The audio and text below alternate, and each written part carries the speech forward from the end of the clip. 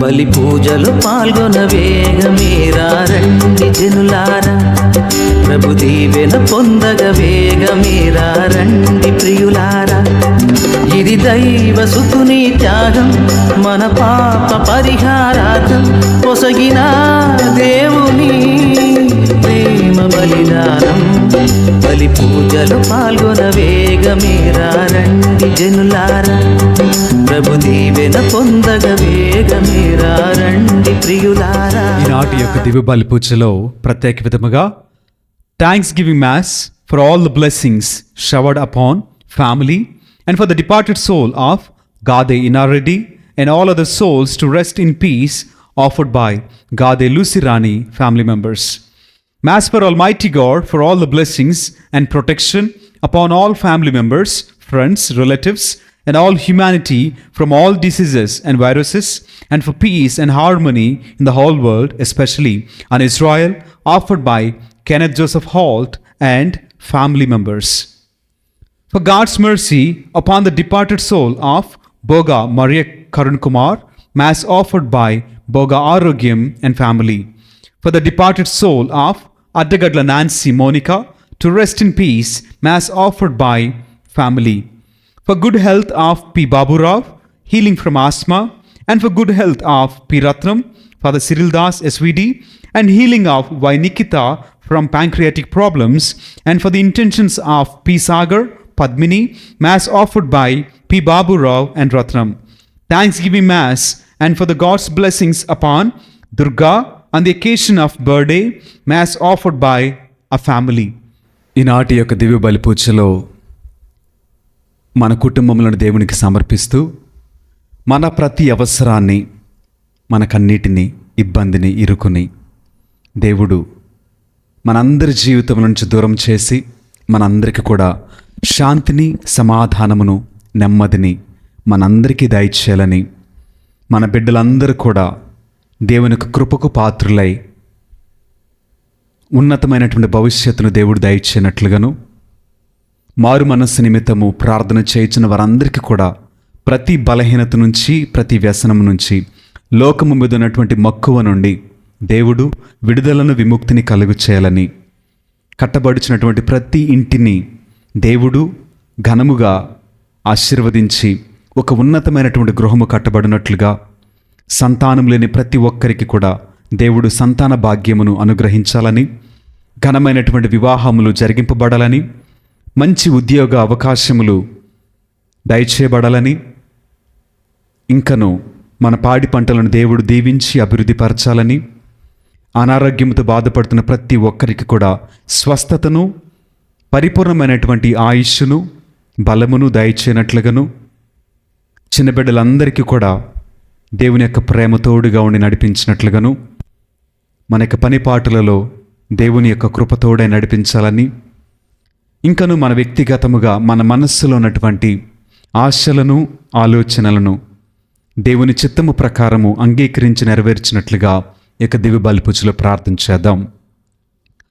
పితా, పుత్ర, పవిత్ర ఆత్మ నామమున ఆమేన్. మన ప్రభు అయిన యేసుక్రీస్తు కృప, సర్వేశ్వరుని ప్రేమ, పవిత్ర ఆత్మ సహవాసము మీ అందరితో ఉండునుగాక, మీ ఆత్మతోనూ ఉండునుగాక. ప్రేమైనటువంటి సహోదరి సహోదరులారా, ఈ యొక్క పరమ పవిత్రమైనటువంటి విందును యోగ్యరీతిగా కొనియాడిన నిమిత్తము మనము చేసినటువంటి పాపములను, తప్పిదములను ఒప్పుకుంటూ ప్రభు సన్నిధిలో పాపమన్నింపును, క్షమాపణను అడిగి వేడుకుందాం. సర్వశక్తిగల సర్వేశ్వరుని చెంతను సహోదరి సహోదరులారా, మీ చెంతను నా పాపములను ఒప్పుకొనుచున్నాను. ఏలైనా తలంపు చేతను, వాక్కు చేతను, క్రియల చేతను, అశ్రద్ధ చేతను బహు పాపములు చేసి తిని, ఇది నా తప్పు, ఇది నా తప్పు, ఇది నా గొప్ప తప్పు. అందుచేత నిత్య కన్యక అయిన పరిశుద్ధ మరియమాతను, సకల దూతలను, పునీతులను, సహోదరి సహోదరులారా, మిమ్మును నా కొరకు మన ప్రభు అయిన సర్వేశ్వరుని ప్రార్థింపవలయునని బ్రతిమాలు కొనుచున్నాను. సర్వశక్తిగల సర్వేశ్వరుడు మనకు దయచూపి మన పాపములను మన్నించి మనలను నిత్య జీవితమునకు చేర్చుదురుగాక. ఆమేన్. ప్రభువా దయచూపుము, ప్రభువా దయచూపుము, క్రీస్తువా దయచూపుము, క్రీస్తువా దయచూపుము, ప్రభువా దయచూపుము. ప్రభువా దయచూపుము. ప్రార్థించెదము. ఓ సర్వేశ్వరా, మీ యందు ఆశలు నిలుపుకుని వారి సంరక్షకుడవు నీవే. మీరు అనుగ్రహింపనిచో స్థిరత్వము కాని పావిత్ర్యము కాని దేనికి ఉండజాలదు. మీ అపారమైన దయను మా మీద కృమ్మరింపుము. మీ పాలన క్రింద నీ మార్గదర్శకత్వములో గతించిపోవు ఈ లోకపు వస్తువులను యోగ్యమైన విధముగా ఉపయోగించుకొనుచు శాశ్వతముగా నిలుచు వస్తువులపై మనస్సులను లగ్నము చేసుకొనున్నట్లు కరుణింపుము. మీతోనూ పవిత్రాత్మతోను కలిసి యుగయుగములు జీవించుచు పరిపాలించాడు మా ప్రభువును మీ కుమారుడునైన యేసుక్రీస్తు ద్వారా ఈ మనవి చేయుచున్నాము. ఆమేన్.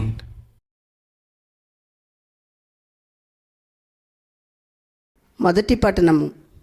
ఇర్మియా గ్రంథము 14వ అధ్యాయము 17వ వచనం నుండి 22వ వచనం వరకు. ప్రభువు నన్ను వారికి నా వేదనను ఇట్లు తెలియజేయుమనెను. నా నేత్రములు రేయింబవలు కన్నీరు కార్చునుగాక. ఆ బాష్పధారకు అంతము ఉండకుండునుగాక.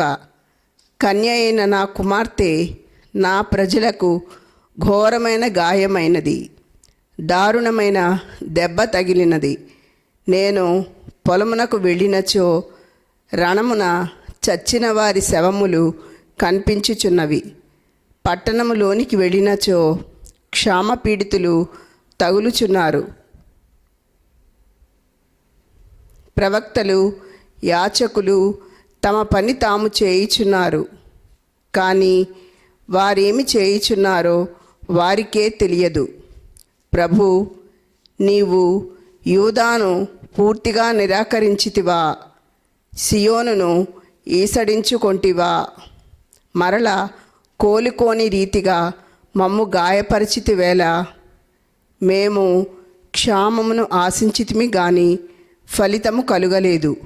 ఆరోగ్యము సిద్ధించు అనుకొంటిమి గాని భీతి వాటిల్లెను. ప్రభు, మేము నీకు ద్రోహముగా పాపము చేస్తిమి. మేము మా తప్పులను, మా పితరుల తప్పులను కూడా ఒప్పుకొనుచున్నాము. నీవు నీ ప్రమాణములను జ్ఞప్తికి తెచ్చుకొనుము. మమ్ము చేయి విడవకుము. నీ మహిమాన్వితమైన సింహాసనమునకు అవమానము వాటిల్లనీయకుము. నీవు మాతో చేసుకొనిన నిబంధనమును స్మరించుకొనుము. దానిని రద్దు చేయకుము. అన్యజాతుల విగ్రహములు వాన కురియింపలేవు. ఆకాశము స్వయముగా జల్లులు కురియింపలేదు. మా ప్రభువైన దేవా, నీవే ఆ పనికి సమర్థుడవు. మేము నిన్నే నమ్మితిమి.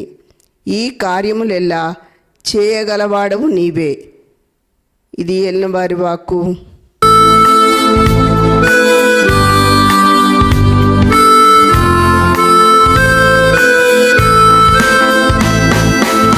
ప్రభు సన్నిధిలో ఆనందమే, ఉల్లాసమే అనుదినం. ప్రభు ప్రేమలో నిస్వార్థమే, వాత్సల్యమే నిరంతరం. ప్రభు సన్నిధిలో ఆనందమే, ఉల్లాసమే అనుదినం. ప్రభు ప్రేమలో నిస్వార్థమే, వాత్సల్యమే నిరంతరం.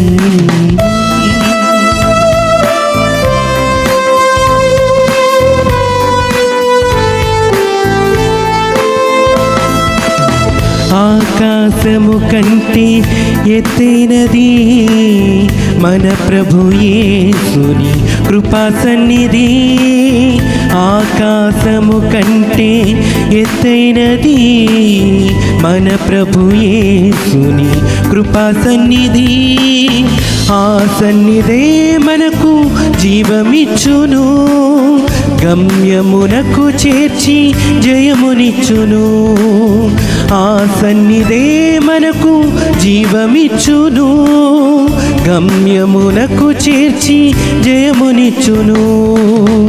హల్లెలూయా హల్లెలూయా హల్లెలూయా ఆమేన్. హల్లెలూయా హల్లెలూయా హల్లెలూయా హల్లెలూయా ఆమేన్. హల్లెలూయా.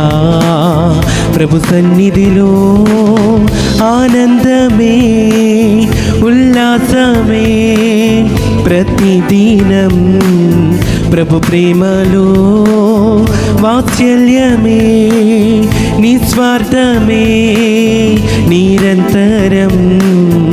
హల్లెలూయా హల్లెలూయా హల్లెలూయా ఆమేన్. హల్లెలూయా హల్లెలూయా హల్లెలూయా హల్లెలూయా ఆమేన్. హల్లెలూయా.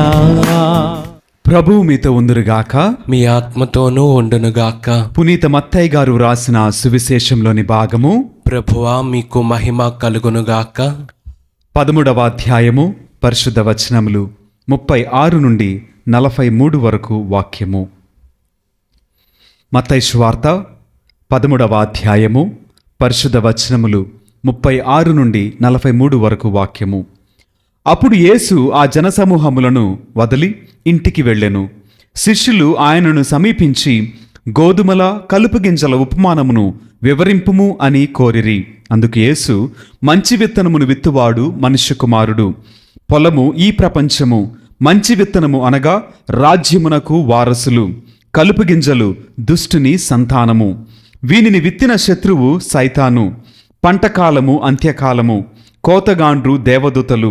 కలుపు మొక్కలు ఎట్లు ప్రోగు చేయబడి అగ్నిలో వేయబడునో అట్లే అంత్యకాలమందును జరుగును. మనుష్య కుమారుడు తన దూతలను పంపును. వారు ఆయన రాజ్యము నుండి పాపభూయిష్టములైన ఆటంకములను అన్నింటినీ దుష్టులను అందరును ప్రోగు చేసి అగ్నిగుండములో పడద్రోయుదురు. అచ్చట వారు ఏడ్చుచు పండ్లు కొరుకు కొందురు.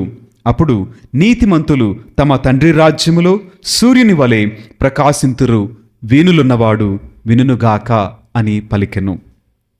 ఇది క్రీస్తుని సువిశేషము. క్రీస్తువా మీకు స్తుతి కలుగునుగాక. Praise the Lord. Praise the Lord. Hallelujah hallelujah hallelujah hallelujah hallelujah. Hallelujah. దేవునికి మహిమ కలుగునుగాక. ఆమేన్ దేవుడు మనలను దీవించునుగాక. ఆమేన్. మొదటిగా దేవుడు మనందరికిచ్చినటువంటి మరొక నూతన సమయాన్ని బట్టి, చేసినటువంటి అనేక మేలులను బట్టి కృతజ్ఞత చెల్లించుటకు మనము బద్ధులమై ఉన్నాము. కనుక ఒక్క నిమిషం పాటు మనస్ఫూర్తిగా దేవాతి దేవునికి కృతజ్ఞతలను, స్తుతులను, స్తోత్రములను చెల్లిద్దాం. ఆ దేవుని ప్రేమ, ఆయన యొక్క కృప, కనికరము మనందరికీ లభించినందుకు, ఆ కృపకు మౌనము పాత్రులమైనందుకు దేవునికి హృదయపూర్వకముగా కృతజ్ఞతలను తెలియచేద్దాం. చదువుకున్నటువంటి వాక్యము ద్వారా మరొకసారి యేసుక్రీస్తు వారు ఉపమానమును, గోధుమలు కలుపు గింజలు యొక్క ఉపమానాన్ని మరింత స్పష్టంగా వివరిస్తూ ఉన్నటువంటి సన్నివేశాన్ని మనము చదువుకున్నాం. వాక్య వివరణలోనికి వెళ్లే ముందుగా ఒక వాక్యం చదువుకుందామండి. మత్తయి సువార్త 24వ అధ్యాయము 40వ వచనము. ఆ సమయమున 20 పొరములో పని చేయుచుండా ఒకడు కొనుపోబడును, మరొకడు విడిచిపెట్టబడును. కనుక మీరు జాగరూకులై ఉండు.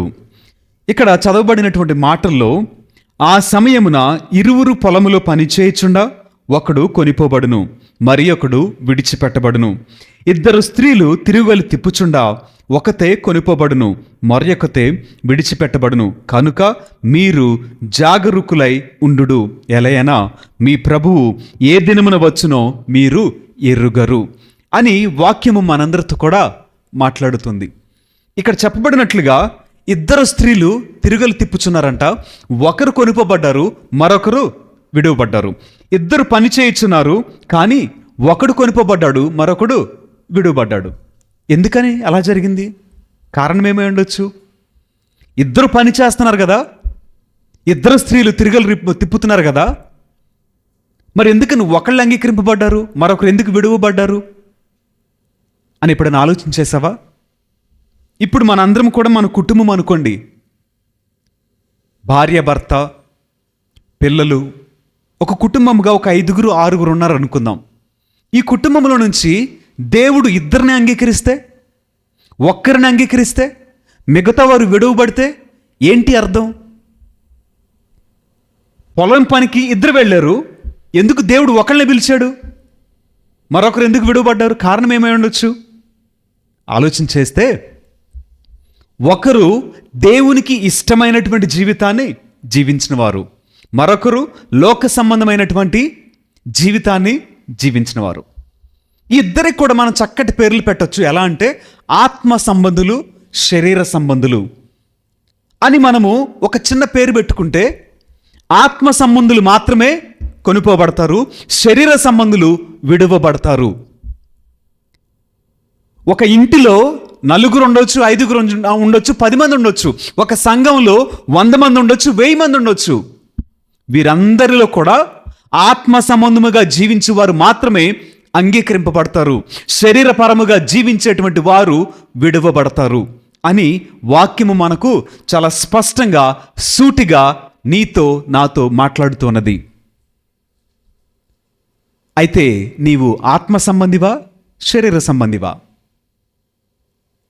చెప్పు, ఆలోచించాయి. ఆత్మ సంబంధిని అనేటువంటి ఆలోచనలు నువ్వు ఉన్నావా? ఎందుకని? నేను రోజు గుడికి వెళ్తున్నాను కదా, ప్రార్థన చేస్తున్నాను కదా, ఆరాధన చేస్తున్నాను కదా, ఉపవాసం ఉంటున్నాను కదా అని చెప్పి నువ్వు అనుకుంటున్నావేమో. పర్వాలేదు, అది దేవునికి ఇష్టమైనదా కాదా? అది నిజముగా ఆత్మలో దేవుడు నీకు ఇచ్చినటువంటి బాధ్యత, భారమా? ఎలా జీవిస్తున్నావు నీ జీవితం? కొంతసేపు ఆత్మ సంబంధిగా, మరికొంతసేపు లోక సంబంధిగా జీవించేవాడు ఏ తీరం చేరతాడండి? ఏ తీరం చేరతాడో ఎవరికి తెలీదు. కారణం ఏంటో తెలుసా? అయితే వెచ్చగా ఉండాలి, లేదంటే చల్లగా ఉండాలి. అంతేకాని కొంతసేపు వెచ్చగా, మరికొంతసేపు చల్లగా ఉంటే మన జీవితము వ్యర్థముగా మార్చబడుతున్నది. ఒకసారి మరలా వాక్యం తీసుకుందామండి. మత్తయి సువార్త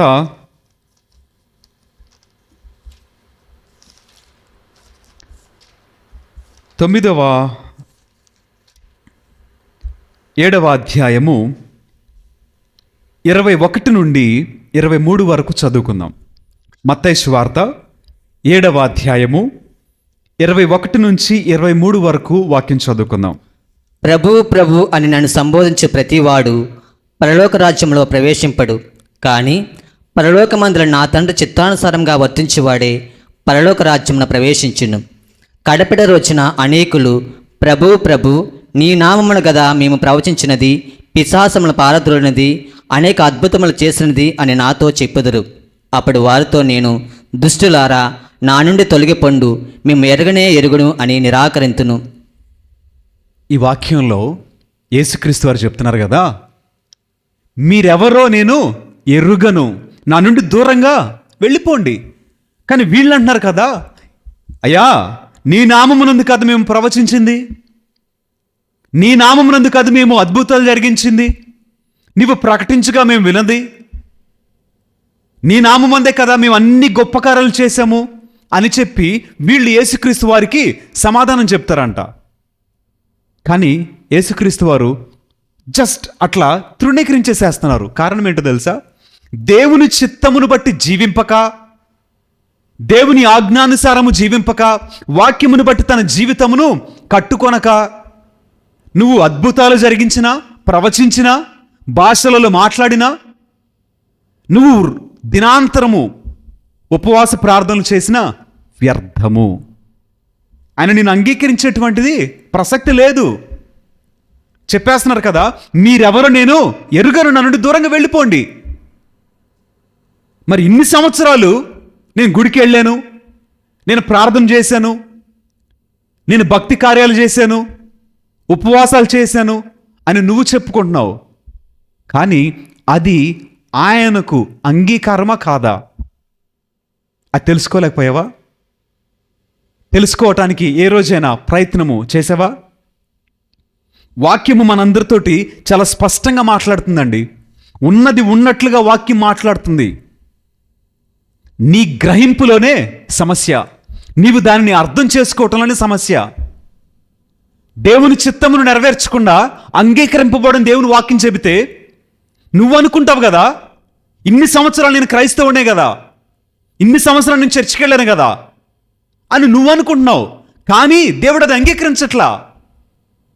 ఎందుకో తెలుసా?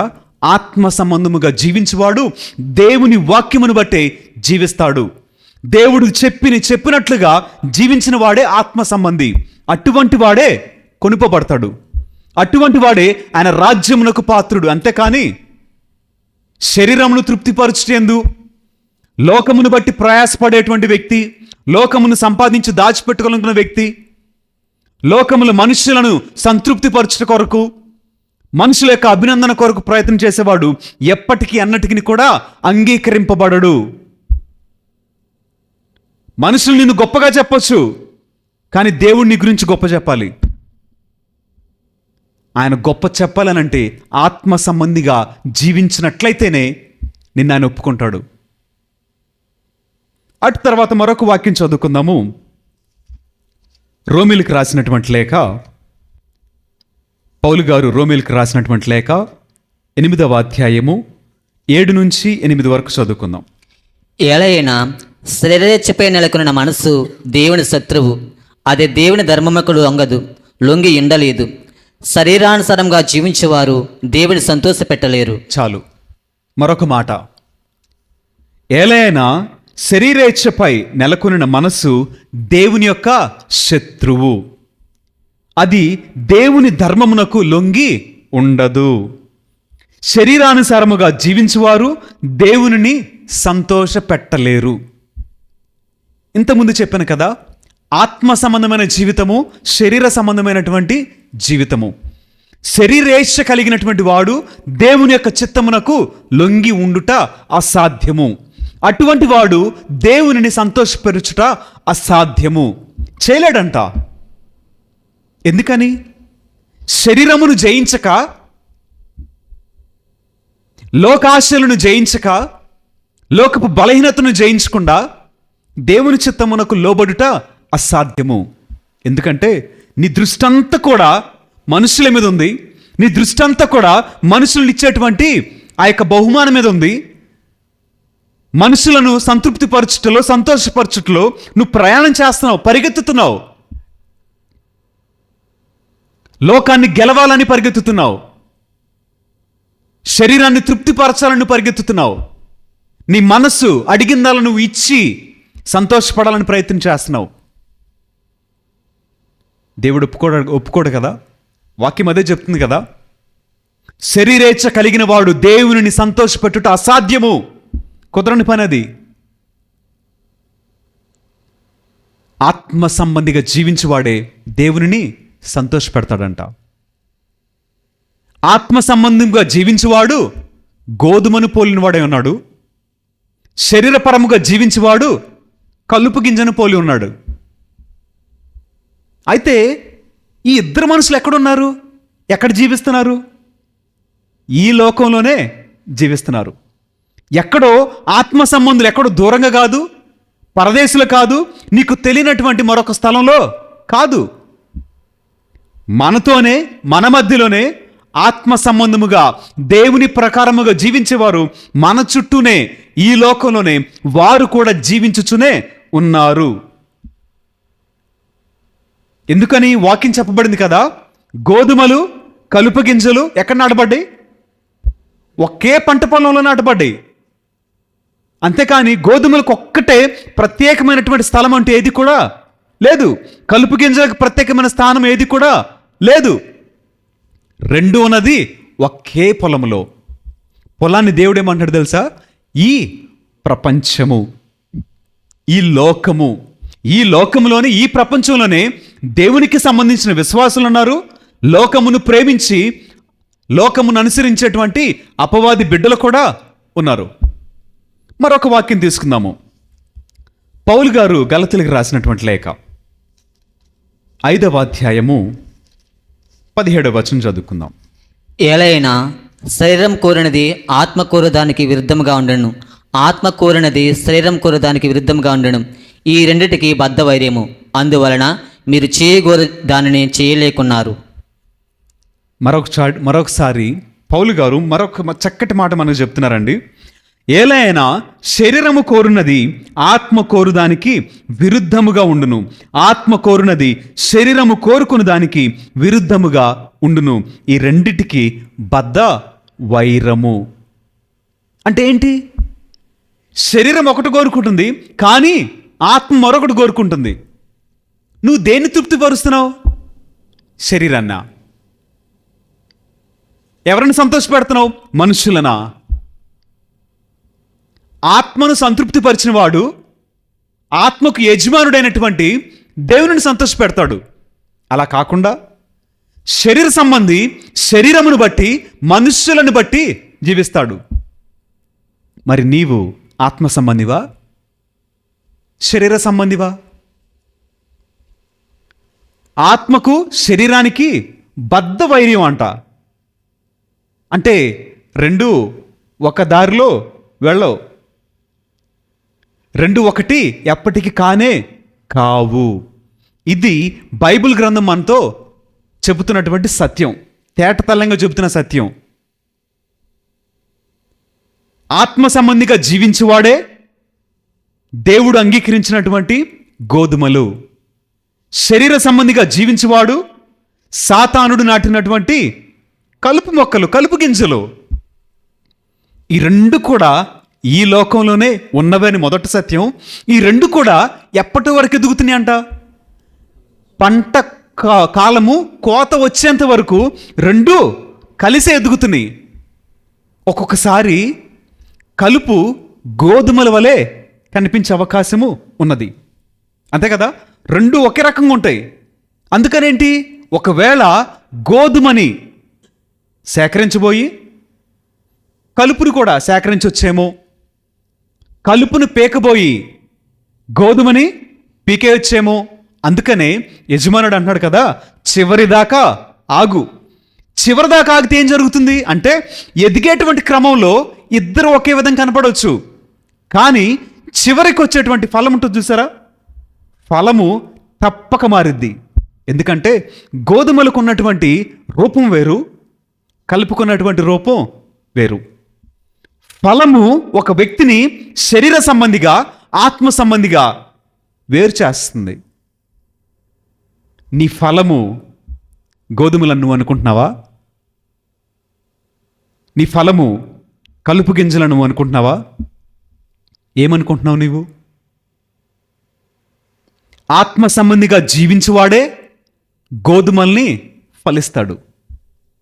శరీర సంబంధిగా జీవించిన వాడు కలుపు గింజల్ని ఫలిస్తాడు. మరి నీ తత్వం ఎలా ఉంది? ఒక్కొక్కసారి ఏం జరుగుతుందనంటే, ఆత్మ సంబంధిగా కనిపించుచు చివరకు వచ్చేటువంటి ఫలితం ఏంటో తెలుసా? కలుపే. ఆత్మ సంబంధిగా కనిపిస్తున్నావు. ఎవరికి? లోకానికి కనిపిస్తున్నావు. ఎలాగా? ప్రార్థనలు, ఆరాధనలు, స్తుతి, స్తోత్రము, అనేక రకములైనటువంటి భక్తి చేస్తున్నావు, కానీ చివరికి ఫలించేది కలుపే. ఆ కలుపుని తీసుకుని ఏం చేస్తున్నాడు? దాచిపెట్టుకోవట్లా, అగ్నిలో పారవేస్తున్నాడు. బైబిల్ గ్రంథంలో మనకి ఒక 2 ఉదాహరణలు చెప్పమంటారా? మొదటిది యూదా ఇస్కారియోతు. ఏ విధంగా పిలువబడ్డాడు? దేవుని యొక్క అపోస్తలునిగా పిలువబడ్డాడు. కానీ ఫలించిన ఫలితం ఏంటి? అపవాదికి బానిస అయిపోయి సాక్షాత్తు లోకరక్షకుని అర్పించినటువంటి మనసు ఎలా వచ్చింది? నాటబడింది గోధుమగా, కానీ ఫలించింది అపవాది క్రియలను, అపవాది ప్రణాళికను చక్కగా పాటించాడు. ఎలా అంటే వాక్యంలో మనకి దేవుడు చెప్తున్నాడు కదా, నాటబడిందేమో గోధుమేనంట, కానీ అపవాది వచ్చేసి కలుపును నాటుతున్నాడంట. అపవాది పనే అది కదా. ఒక వ్యక్తిని పాడు చేయటం అపవాది పని. నువ్వు దానికి మార్గాన్ని ఇవ్వకూడదంతే. నువ్వు దానికి అప్రమత్తమై మెలకువ కలిగి జాగరూకత కలిగి నిన్ను నువ్వు జాగ్రత్త చేసుకుంటే గోధుమగా నాటబడి నీవు గోధుమ ఫలితాన్ని ఇచ్చి నీ యజమానుని సంతోషపెడతావు. అలా కాకుండా సాతానికి మార్గం ఇచ్చామనుకో, యూదావలే ఏమైపోతావు తెలుసా? పిలువబడిన ఒక ఉన్నత జీవితం అయితే ముగింపు ఎలా ఉందో తెలుసా? ఆత్మహత్య చేసుకొని ఉరి వేసుకొని చనిపోయాడండి. మరొక ఉదాహరణ చెప్తా. గెహజీ ఎవరు అంటే ఒక ప్రవక్త యొక్క సేవకుడు. ప్రవక్త యొక్క సేవకుడై ఉండి దేని వెనకబడ్డాడు? ధనం వెనకబడ్డాడు, కానుకలు వెనకబడ్డాడు. ప్రవక్త తెలియకుండా ఉందా? అప్పటి వరకు ప్రవక్తతోటి ఉండి ప్రవక్త యొక్క శక్తిని, ప్రవక్త యొక్క ఆధ్యాత్మిక స్థితిగతులను అన్నింటినీ ఎరిగి ఉండి కూడా దేని వెనకబడ్డాడు? కానుకలు, ధనం వెనకబడ్డాడు. చివరికి ఏం సంపాదించాడు? అక్కడ పోయింది, ఇక్కడ వచ్చింది. ఆకాను పరిస్థితి ఏంటి? ఎవరు అంటుకోకూడదని దేవుడు ఆజ్ఞయిస్తే ఆకాను షీనారు వస్త్రాన్ని ఇంటికి తెచ్చుకుని దాచిపెట్టుకున్నాడు. దేవుడి తెలీదా? అంటే ఒక మనిషిని అపవాది ఎలా తొలుస్తాడనంటే వారి వారి బలహీనతను బట్టి, వారి వారి ఆశలను బట్టి. మనుష్యుడు ఎక్కడైతే బలహీనంగా కనిపిస్తాడో ఆ బలహీనతను బట్టి సాతానుడు అనేక ప్రయత్నాలు చేస్తూనే ఉంటాడు.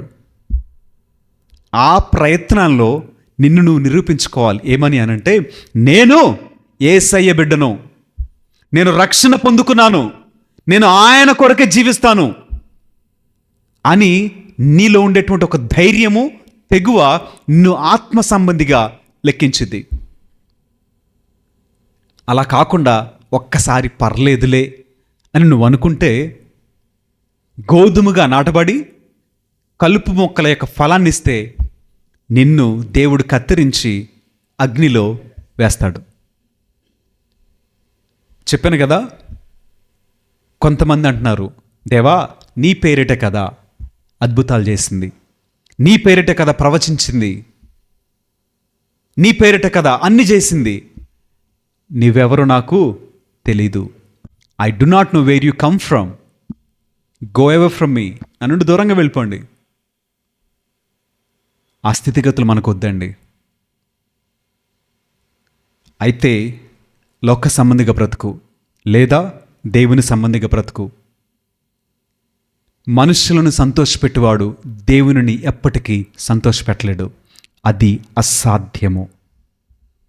మనుషులు ఇచ్చేటువంటి బహుమానం కోసం, మనుషులు ఇచ్చేటువంటి కానుకల కోసం నీవు గనక ఈ లోకంలో జీవిస్తే దేవుడు నిన్ను బట్టి ఎప్పటికీ ఎన్నటికీ సంతోషించడు. నీ ఆలోచనను మార్చుకో, నీ ధోరణి మార్చుకో, నీ జీవితాన్ని మార్చుకో. ఎందుకంటే ఈ లోకములో మనుషులు ఇచ్చేటువంటి మెప్పు కొంతకాలమే, కానీ దేవుడిచ్చేటువంటి బహుమానము, దేవుడిచ్చేటువంటి అభినందన శాశ్వత రాజ్యంలోనికి నిన్ను ఆహ్వానించేదై ఉండాలి. కనుక నీవు ఆత్మ సంబంధివా లేక శరీర సంబంధివా ఒకసారి ఆలోచించేద్దాం. ఈ లోకములో అనేక మంది నిన్ను బలహీనుని చేయటానికి, నిన్ను మరలా పాపంలో పురిగొల్పటానికి పాపములో పడివేయటానికి అనేక ప్రయత్నాలు జరుగుతూనే ఉండొచ్చు. అయినప్పటికీ కూడా ఈ లోకంలోనే నీవు దేవుని సొత్తు అని, ఆయన నీతిని యథార్థతను నీవు ధరించుకున్నావని, ఆయన పరిశుద్ధతలో నీవు జీవించున్నావని నిన్ను నీవు నిరూపించుకోవాలి. అలా నిరూపించుకున్నవాడే ఆయన రాజ్యములోనికి చేర్చబడతాడు. దేవుడు మనలను దీవించునుగాక. ఆమేన్.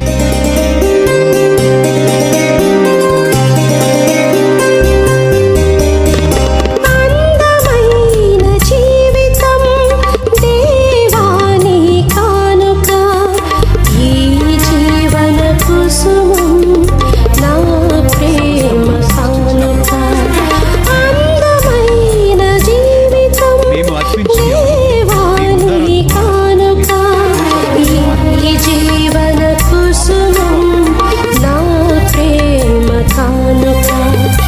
ఆదరంతో స్వీకరించు నా జీవిత కానుక, ఆదరంతో స్వీకరించు నా జీవిత కానుక, నా జీవిత కానుక.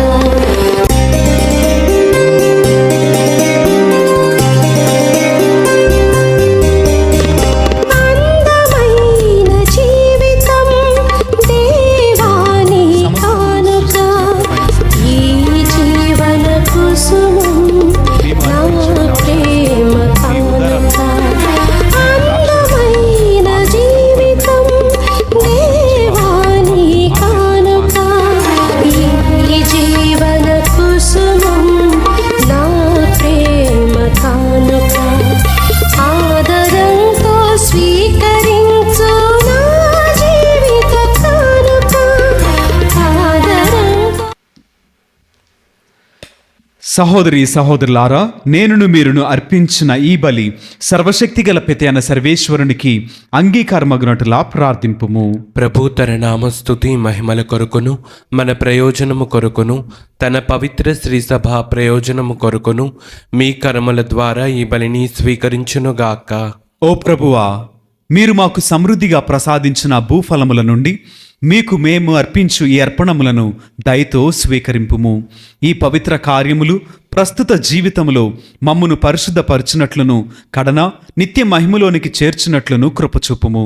మా ప్రభువైన క్రీస్తు ద్వారా ఈ మనవి చేయుచున్నాము. ఆమేన్.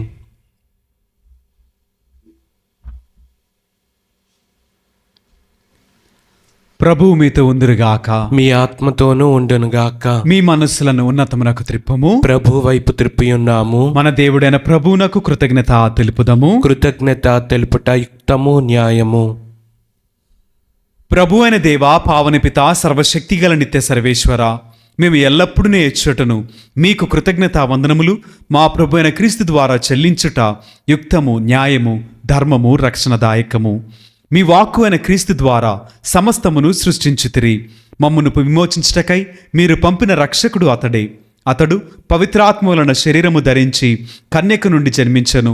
మీ చిత్తమును నెరవేర్చుచు మీకు పరిశుద్ధ ప్రజలను సంపాదించుచు అతడు తన హస్తములను చాచి శిలువపై శ్రమలను అనుభవించెను. ఇట్లు అతడు మరణపు సంఖ్యలను తెంచి ఉత్థానమును అనుగ్రహించెను.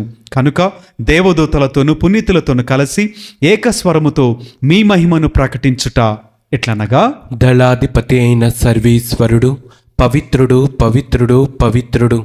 పరలోకమును భూలోకమును మీ మహిమతో నిండి ఉన్నవి. మహోన్నతమున హోసాన్నా. ప్రభు నామమున వేయించేవాడు ధన్యుడు. మహోన్నతమున హోసాన్నా. ఓ ప్రభువా, మీరు నిక్కముగా పవిత్రులు, సర్వ పవిత్రతకు ఊటయు మీరే. కనుక మీ పవిత్రాత్మ ద్వారా ఈ కానుకలను పరిశుద్ధపరచ బ్రతిమాలుచున్నాము. ఈ విధమున ఇవి మా కొరకు మా ప్రభు అయిన యేసు క్రీస్తు శరీర రక్తములు అగునుగాక. అతడు శిలువ శ్రమలకు తనను తాను ఇష్టపూర్తిగా అప్పగించుకున్నప్పుడు అప్పమునందుకొని కృతజ్ఞతావందనములు చెప్పి స్తుతించి త్రుంచి శిష్యులకిచ్చు ఇట్లనను, మీరందరూ దీనిని తీసుకొని భుజింపుము. ఎలైనా ఇది మీ కొరకు అప్పగింపబడనున్న నా శరీరము. ఓ నా ఏలినవారా, ఓ నా సర్వేశ్వరా,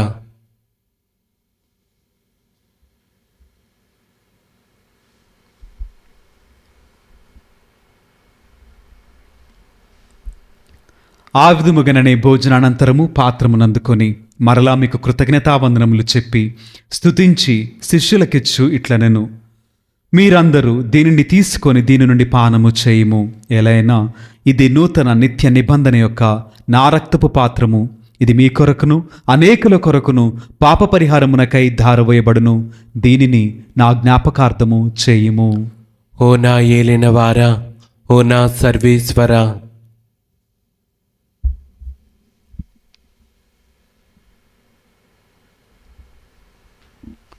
ఇది విశ్వాస రహస్యము. ప్రభువా, మేము నీ మరణం ప్రకటించెదము, మీ ఉత్థానమును చాటెదము, మీరు మరలా వచ్చే వరకు వేచి ఉందము. కనుక తండ్రి, క్రీస్తు మరణమును ఉత్థానమును స్మరించుచు జీవమునొసుగు ఈ అప్పమును రక్షణ పాత్రమును మీకు సమర్పించుచున్నాము. మీ సముఖమును నిలిచి మీకు పరిచర్య చేయుటకు మమ్ము పాత్రులుగా చేసినందుకు మీకు వందనములు తెలుపుచున్నాము. క్రీస్తు శరీర రక్తములందు పాలువరమగు మమ్ము పవిత్రాత్మ ద్వారా ఐక్యపరచమని బ్రతిమాలుచున్నాము. ఓ ప్రభువా, ప్రపంచమందంతటా వ్యాపించి ఉన్న మీ శ్రీ సభను జ్ఞాపకముంచుకొనుము. మా ఫ్రాన్సిస్ జగద్గురువును, మా జయరావు పీఠాధిపతిని, గురువులందరితో పాటు మమ్మును మీ ప్రేమ యందు పరిపూర్ణులను చేయుము. ఉత్థానముగ్ధమైన నమ్మికతో చనిపోయిన మా సహోదరి సహోదరులను, మీ కనికరమందు చనిపోయిన వారిని అందరినీ జ్ఞాపకముంచుకొనుము. వారిని మీ దివ్య ప్రకాశములోనికి చేర్చుకొనుము. మా అందరిపై దయచూపి దేవుని కన్యతల్యగు మరేమాతతోనూ పునీత అపోస్తలులతోనూ ఆది నుండి మీకు సేవ చేసిన పుణ్యాత్ములందరితోనూ మాకు నిత్య జీవితముల భాగమును దయచేయము. అప్పుడు వారితో కలిసి మేము మీ కుమారుడు యేసుక్రీస్తు ద్వారా మిమ్మల్ని స్తుతించి మహిమపరచదము. క్రీస్తు ద్వారా, క్రీస్తుతో, క్రీస్తునందు సర్వశక్తిగల పితైన సర్వేశ్వర, పవిత్రాత్మతో ఏకమైండి మీకు యుగయుగములు గౌరవ మహిమలు కలుగునుగాక. ఆమేన్. మరొకసారి విశ్వాసముతో మన కుటుంబములను, మన అవసరములను, మన ఆలోచనలను, మన భవిష్యత్తునంతటిని కూడా ఆ దేవత దేవుని ఆధీనమునకు, అధికారమునకు అప్పగించుకుంటూ ఈ లోకములో జీవించినప్పటికీ లోక మాలిన్యము అంటక, ఈ లోకములో జీవించినప్పటికీ లోకమును గెలుచుటకు ఆశ లేక, పరలోకములో ఆ యొక్క నిత్య మహిమను సంపాదించుకునేటువంటి జీవితమును ఆత్మ సంబంధులుగా జీవించుచు మన దేవుడిని సంతోషపెట్టేటువంటి ఆ యొక్క కృప మనందరికీ అనుగ్రహించబడినట్లుగా అందరము మరొకసారి ప్రార్థన చేద్దాం. పరలోకమందుండి మా యొక్క తండ్రి, మీ నామము పూజింపబడునుగాక, మీ రాజ్యం వచ్చునుగాక, మీ చిత్తము పరలోకమందు నెరవేరినట్లు భూలోకమందు నెరవేరునుగాక. నానాటికి కావలసిన మా అన్నము మాకు నేర్పివ్వండి. మా యొద్ద అప్పబడిన వారిని మేము మన్నించినట్లు మా అప్పులను మీరు మన్నించండి. మమ్ము శోధనయందు ప్రవేశింపనివ్వక కీడుల నుండి మమ్ము రక్షించండి. ప్రభువా, అన్ని కీడుల నుండి మమ్ము రక్షింపుము. మా ఈ రోజులను మాకు శాంతిని ప్రసాదింపుము. మీ దయానుగ్రహం వలన పాపము నుండి మమ్ము విముక్తులను చేసి అన్ని కలతల నుండి సర్వదా కాపాడుము. మేము మోక్షానందమును మా రక్షకుడైన యేసుక్రీస్తు ఆగమమును నిరీక్షించుచుందుము. ఏలైనా నిరంతరము మీదే రాజ్యము, మీదే అధికారము, మీదే మహిమ. శాంతిని మీకు అనుగ్రహించుచున్నాను, నా శాంతిని మీకు ఇచ్చుచున్నాను అని మీ అపోస్తలులతో వచించిన ప్రభువైన యేసువా, మా పాపములను లెక్కింపక మీ శ్రీసభ విశ్వాసమును వీక్షింపుము. మీ చిత్తము ప్రకారము మీ సభకు శాంతిని, ఐక్యమును అనుగ్రహింపుము. యుగయుగములు జీవించుచు పరిపాలించు ప్రభువా. ఆమేన్. ప్రభుని యొక్క శాంతి సమాధానములు ఎల్లప్పుడూ మీ అందరితో ఉండునుగాక, మీ ఆత్మతోనూ ఉండునుగాక. ఒకరికొకరము సమాధానమును తెలుపుకొందము. సర్వేశ్వరుని గొర్రెపిల్ల, లోక పాపములను పరిహరించువాడ, మాకు దయచూపుము. సర్వేశ్వరుని గొర్రెపిల్ల, లోక పాపములను పరిహరించు ప్రభువా, మాకు దయచూపండి. సర్వేశ్వరుని గొర్రెపిల్ల, లోక పాపములను పరిహరించు ప్రభువా, మాకు శాంతిని దయచేయండి.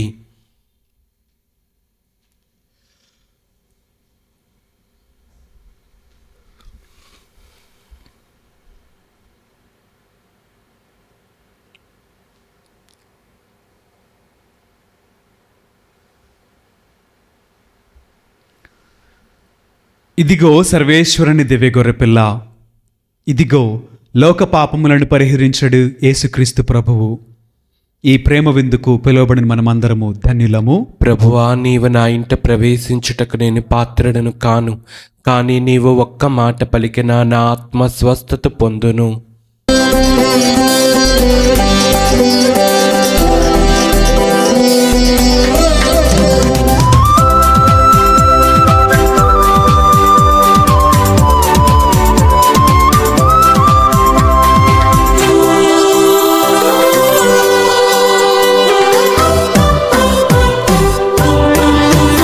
ఇది ఆత్మీయ విందు, ప్రభు యేసుని విందు. ఇది పరలోక విందు, పరిశుద్ధతతో పొందు. ఇది ఆత్మీయ విందు, ప్రభు యేసుని విందు.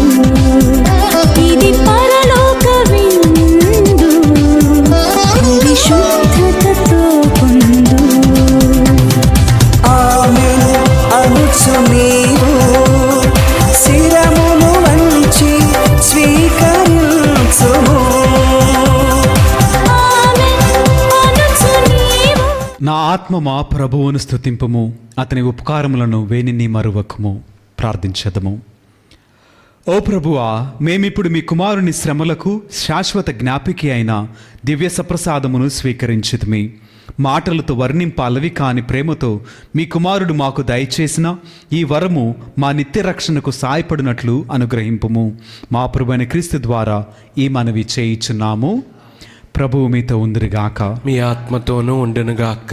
సర్వశక్తి గల సర్వేశ్వరుడు పిత, పుత్ర, పవిత్ర ఆత్మ సదాకాలము మనలను దీవించి ఆశీర్వదించి కాపాడుదురుగాక.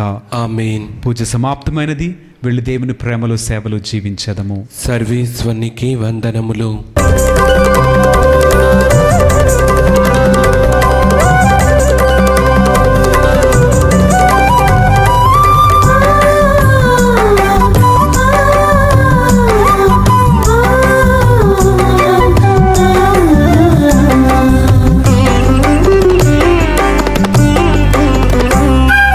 వందనం ప్రభు, వందనం వందనం ప్రభు, వందనం. చేతులెత్తి మేమందరం చెబుతున్నాం వందనం. వందనం ప్రభు, వందనం వందనం ప్రభు, వందనం. చేతులెత్తి మేమందరం చెబుతున్నాం వందనం.